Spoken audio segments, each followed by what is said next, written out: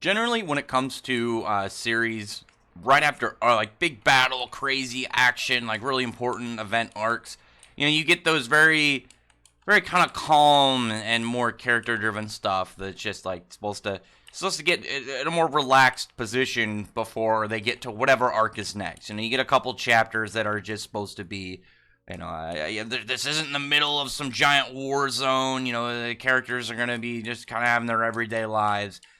Unfortunately, in Chainsaw Man, even the everyday lives is depressing as hell, but sometimes I guess in a good way. I mean, last chapter we got a lot of we got some really nice characterization for Yuji. This isn't Jujutsu Kaisen. Denji and Power. We got some really nice stuff for their characters and stuff that have clearly shown like how much closer they've become, and like aspects of Denji as a character that have just show like more of like how the writing and experiences that he's gone through have affected him as a character, and how exactly that's gone through other characters as well. Like Aki, I like Aki from the start has been very well written. When it comes to Denji, I've talked about how at the start of the series, he, at least to me, like he came off more as like a blank slate almost of a character because he didn't really have a life to live growing up. He pretty much was just a working dude who, from just the young age, had been paying off this debt that his father racked up with the Yakuza.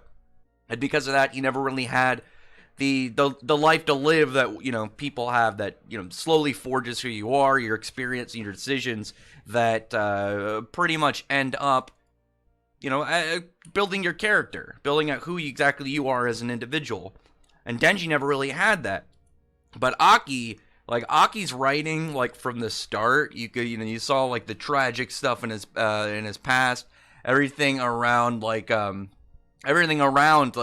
just the build of what he's experienced really just laid out a really interesting tale, but at the same time, like from the standpoint of like the character itself, it's really cool and all this stuff, but or from the standpoint of the reader. But when you really think about it as like him as a character, his life was super depressing, so we can understand why he was so kind of just ready to die, go in after the gun devil, trying to get revenge and prevent any more kind of just atrocities coming from to ever occur.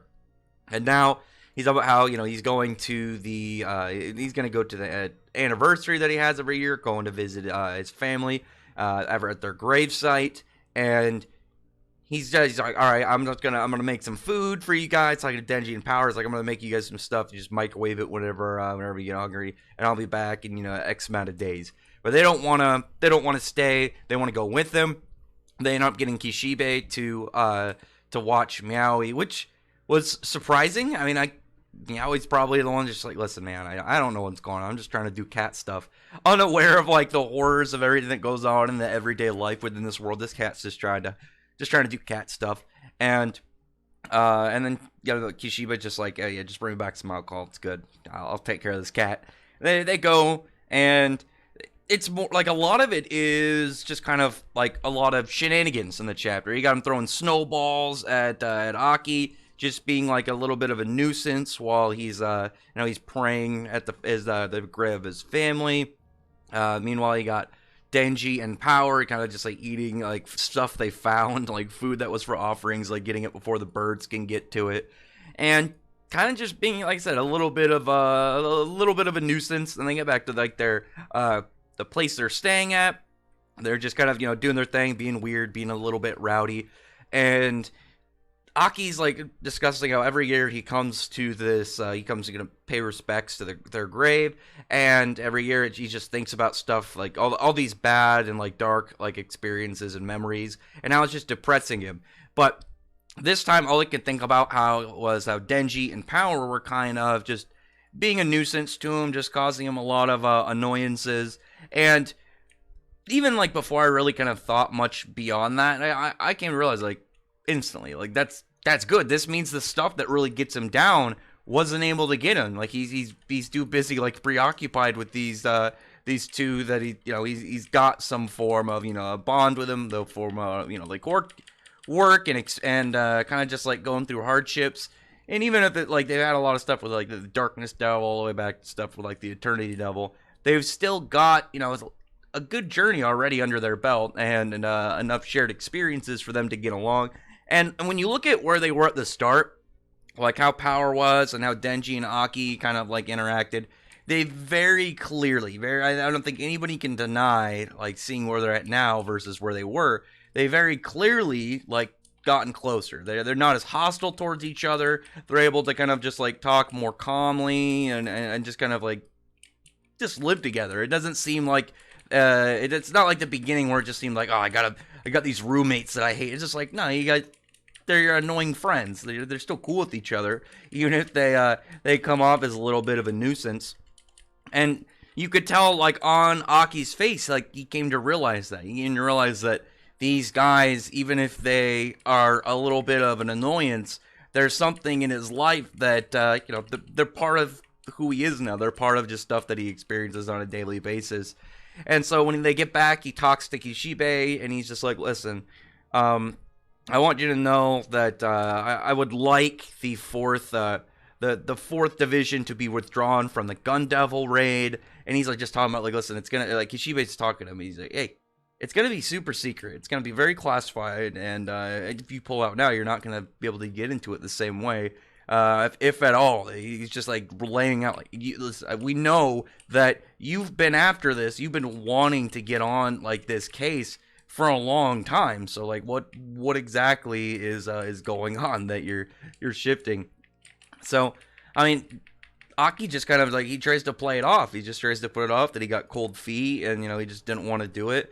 But you know, when you realize like what exactly he's at now and the characters he's talking to that he's like before were just saying were annoying to him, that like the gap between where he was at the start of the series and where he's at now is that he now, like, they're, like I said, they're not just like nuisances that he's got at work. They're annoying to him, but they're his friends. And so he's got something to actually kind of look forward to in life, something that brings him somewhat of happiness, and probably doesn't have that same empty feeling that he had like when we first were introduced to him, which is really nice. You have this character who has pretty much like his whole life just been being dealt like suffering and agony, and now he's got something to hold on to. He's got something to kind of really give him a reason to live, and that just, it's a nice touching feeling. And I like that for Aki, because Aki, in only 72 chapters, and even before this, like, he had, in such a small amount of time, he had to have one of the most depressing like character story structures in like most shonen. Like, I hadn't seen any other characters who had just constantly been being dealt like just suffering plates like on top of each other every single day. And especially in shonen, like, there's like sending people that don't get treated this badly. That is pretty wild. So I think very much like it's nice to see him find a little bit of happiness and meaning in life, because he deserves it. He absolutely deserves to just be happy. And I'm doubting this is going to be the permanent case. Like, it'd be kind of weird to steer away from the Gun Devil when we know the Gun Devil, you know, is a big deal. We know he's got something to do further in the plot with the chainsaw. We just don't know yet. But until we find that out, like, even if something happens where like they get kind of turned away, like maybe for some reason they take them anyway, blah blah blah, something happens where they're, you know, included in the Gun Devil raid, it still doesn't change the fact that like this wasn't just, oh, I don't want to do it. This was a huge like change in character for Aki, which I think was really, really touching and really nice to see where he's gotten to, and now he actually has something to really kind of just give his life a little bit of meaning. So it was a pretty fast read chapter, since a lot of this stuff was like, there's a lot of textless kind of shenanigans, but it was kind of just to get you in that feeling of like, oh yeah, this stuff that's just a bunch of nonsense. Like some of the like the goof around parts, like at the end, he gets back and Denji and Power like made him food and stuff like that. When you just think about it, like, in a different series, like, it could just come off as like, oh yeah, they're just kind of like doing a borderline filler, like it's just a bunch of silly stuff. But that silly stuff is something that Aki never really had, at least since like the Gun Devil incident. So him having this now, I think means a lot to like anybody who's been really invested in his character, and I think it's really touchy to see where it goes from here. There's still the possibility that he could die. I'm hoping not. I'm really hoping his character makes it out of this and nothing bad happens to him. And in like the large scale, I still think he's gonna live. I still think he's going to survive, and I think he's gonna end up getting some form of like hybrid power, kind of like Denji, and become like an immortal. Because with all the like I've mentioned it before, I'll just kind of like TLDR. I won't do anything crazy on why it is.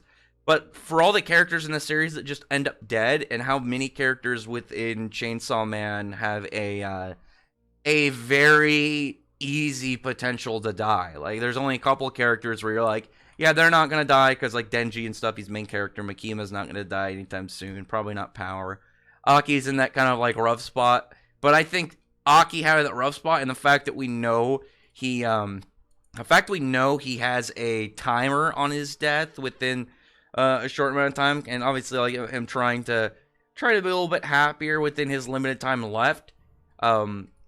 With that, I think he would be very deserving in getting some form of like cheat past death, become immortal, and it might end up being worse for him as an individual for being this immortal.